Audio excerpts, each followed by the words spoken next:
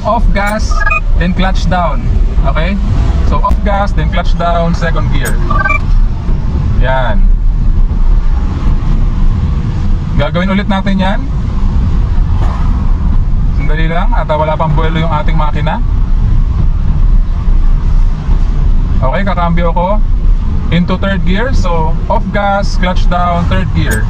Then bagay ulit ng gas, clutch to the biting point, then clutch all the way up. Okay?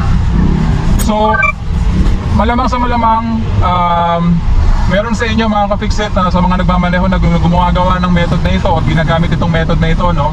Ang disadvantage lamang po ng method na ito kapag ka off gas then clutch down ang iyong ginamit. Okay, so ito pakita ko ulit sa iyo. Off gas, clutch down, second gear. Okay? Ang disadvantage itong method na to, kung malakas ang engine brake ng ating sasakyan, ang ginagamit nating sasakyan, doon ka magkakaproblema. Kasi syempre kung naka-engage pa yung particular gear sa iyong transmission, and then tinanggal mo yung iyong paa sa accelerator pedal, gagana yung engine brake natin. At kung malakas yung engine brake ng iyong sasakyan, magkakaroon ka ng certain sensation na para bang mabibigla yung iyong katawan, mapapaabande kang ganon. It's a very uncomfortable feeling, no? It's a very uncomfortable feeling para sa ating mga driver, lalong-lalo na sa ating pasahero.